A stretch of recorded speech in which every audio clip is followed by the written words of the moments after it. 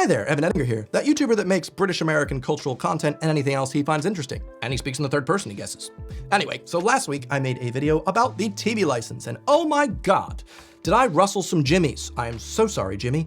Half of you loved me, half of you hated me for something that I didn't think I was necessarily talking about. I was talking about TV licenses. However, boy, did I not talk about the BBC enough. Let's dive in. Was I wrong about the BBC? No. I don't think I was making too many points about that. However, you guys made some really good points and I want to talk about those. So, first big point, the BBC is ad-free and impartial. Other options are all full of ads, and it allows the BBC to create content that deserves to be made, like Springwatch. That's a comment. Now, I do think if you say something like, something deserves to be made, you're a little bit up yourself, just a little bit. I don't think anything deserves to be made necessarily. As much as you enjoy a piece of content, that doesn't mean that it deserves to be made. However, I do agree that it is nice to see that without advertorial pressure, BBC can fund these beautiful artsy shows that maybe advertisers wouldn't have been so on board with. You know, beautiful shows like Little Britain, a show that features lots of homophobia, blackface, and making fun of people with disabilities. True British culture at its finest. You're right, I don't think many advertisers would have been on board with that. Now, before you go and comment in the comment section, obviously, listen, I've seen a couple episodes of the show.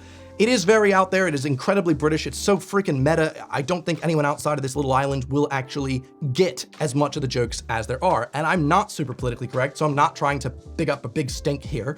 I'm just bringing up a good point that, hey, there's counters to everything. Now, I do find it really good that the BBC is impartial because of their lack of ads. In fact, if there's ever a brand mentioned, I believe they do have to say something like, other brands are available. That's cool. At least you know that what they're saying isn't based on a commercial relationship or anything. I, for one, hate when I'm trying to look up, like, let's just say I'm looking up a good blender and you go into the stupid blog and every freaking link is an affiliate link. And I'm like, I don't trust any of those because you're just trying to get paid for my clicks. So what if you really didn't like the blender, but you just want to get paid? You know, whereas the BBC, they're like, hey, it's a blender. Go buy this blender.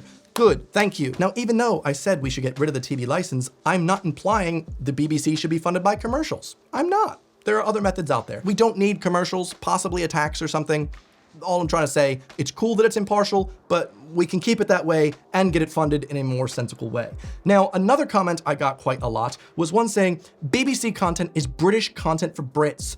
Other streaming services sway way too American. And so when I said we're gonna be losing some British jobs, but doesn't really matter because there's other streaming platforms that will come here and film British content, I had to dial that back. I think you're really right. Even the TV show that I brought up, the Apple TV Plus series, Ted Lasso, I was like, that's filmed in the UK.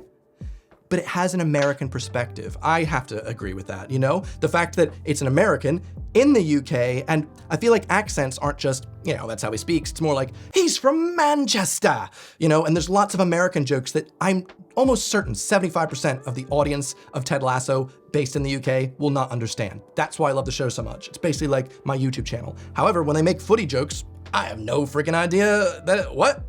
There's different sized football pitches. So yeah, if the BBC ended up going away, that would be quite sad because we're no longer getting as much British content about British people for British people with their voices. So I do think that's a really good point. And you're right. Now in my video, I brought up some statistics from Deloitte, a study that was done in December 2021, saying that over time, it's just going to be older generations watching broadcast media. And I got a comment saying, well, I work in broadcast media. I'm 24 and everyone I know watches broadcast media. Well, that's quite a bubble you're in. Do you not see that as quite funny? It's the same thing as me saying, well, I'm a YouTuber, my friends are YouTubers, all we do is watch YouTube. It's true, but we're on opposite ends of the needle. However, there are some middle grounds there in which studies are showing that people are swaying more towards the new media side. In fact, if I bring up that Deloitte study from December 2021, the other page of it was showing that by 2027, it is seen that age disparity, the older generations are really gonna be the ones that are uplifting the broadcast media, whereas newer generations are just more into the new media. And that doesn't mean that they won't like it at all and the sides can't cross. It's just saying that both ages really have their preferences. And there's nothing wrong with that. You can be a Zillennial or whatever they're called these days and enjoy some broadcast media, and you can be a Gen Xer and enjoy some TikToks. I don't care. I'm just saying statistically, over time, we're looking at a shift in the way that media is consumed within the country. I know some of the older generations really, really love old black and white films. There's something nostalgic about it for them. And so I know that's kind of basically how it's going to be for these older broadcast media programs with older generations. They grew up on them. Myself, I never really had much nostalgia for much. I didn't grow up watching anything on the BBC for the most part. And in fact, though I did watch Cartoon Network and Disney and Nickelodeon growing up, and PBS, which I did really enjoy, the things that I really am nostalgic for in my situation from my generation is actually online content that I grew up with. Things like Homestar Runner, Newgrounds, even YouTube. I mean, maybe that's one of the big reasons that I am now someone that creates this style of content. I grew up really enjoying those individual creators making things and sharing things that they want to share, rather than these big studios creating things with lots of, commercial interests. And so for me personally, maybe it's because I am an immigrant who's moved here and, has tried to become accustomed to British culture. I don't have any nostalgia for the BBC, and I don't really care for much of its content. Someone was like, you gotta watch Spring Watch, it's the best content ever. That's your opinion, that's not necessarily for me. I feel like if the BBC really wanna make more money and a better funding type system, they could make better content. Easy solution. Oh, easy for you to say, you make shit videos on YouTube. Yeah, but I am just a guy. And I'm saying Doctor Who, that really spread out from this little island, Same with Sherlock did really well. I personally was like, they're okay, but it didn't really drive me to watch anything. And outside of those two shows, I actually had to ask multiple people, like, what shows are on the BBC? And I think I'm actually going to be making a video in the future reacting to find out like which shows are real and which aren't, because I genuinely don't know all these types of shows out there. It's just not that style of thing that I'm into. That being said, I have watched a lot of First Dates, but that's only because I was on it and I wanted to know what I was getting myself into. Can I get you some water? Are you a sparkling person? I've got a sparkling personality. Oh wow, I love that. And if you want to know how it was, I will be sued into oblivion if I even tell you how it went.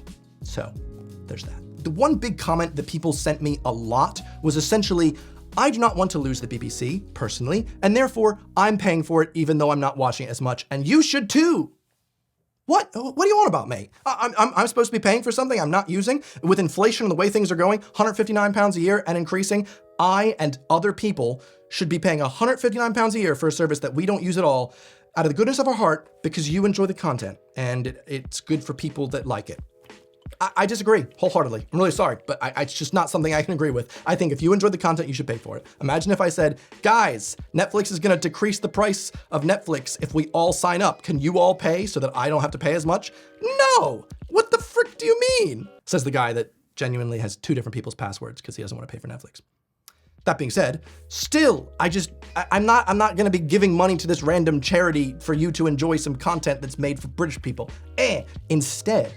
Instead of these weird charity or just voluntarily giving money or any of these weird strategies, how about we just find a new method of funding the BBC so everyone's happy? Maybe it comes out of the taxes, maybe the US model, maybe not, actually. That's a video for a future time. The US model is, I think, arguably much worse, so not that one. But we can come up with a new strategy, guys. One that doesn't involve making up rumors that there are vans driving through your neighborhood with special satellites that can see into your house to see if you're really watching the TV without a license. That tech doesn't exist. This sci-fi mumbo jumbo, people are just making stuff up so that to scare you yet again into paying. How is that the business model? The business model is scare people into paying because there's no way of telling. Come on. You're on my side, right? Please tell me you're on my side. Have your jimmies been unrustled? I really hope so. Do you agree with me? Do you think I'm the worst person in the world? Please tell me below. And if you want to be more upset about an American British man who has very distinct opinions on things, I made a video ranking all of the British supermarkets, and it's arguably very true. No disagreements from anyone, actually. Everyone agreed with me. Anyway, watch that if you want. Otherwise, I'll see you next Sunday for another video. Got a lot of good ones on this similar topic coming up in the future, so thank you very much for always engaging with this community. I'll see you next week. Goodbye.